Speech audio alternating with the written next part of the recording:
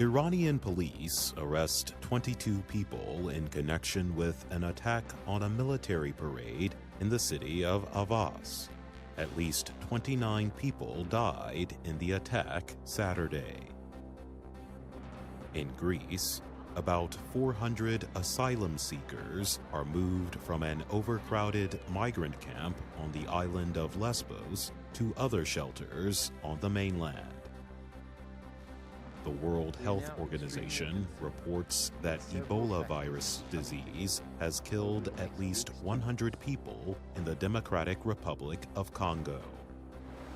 And in Thailand, police arrest 3 men in connection with the deaths of a British man and his wife.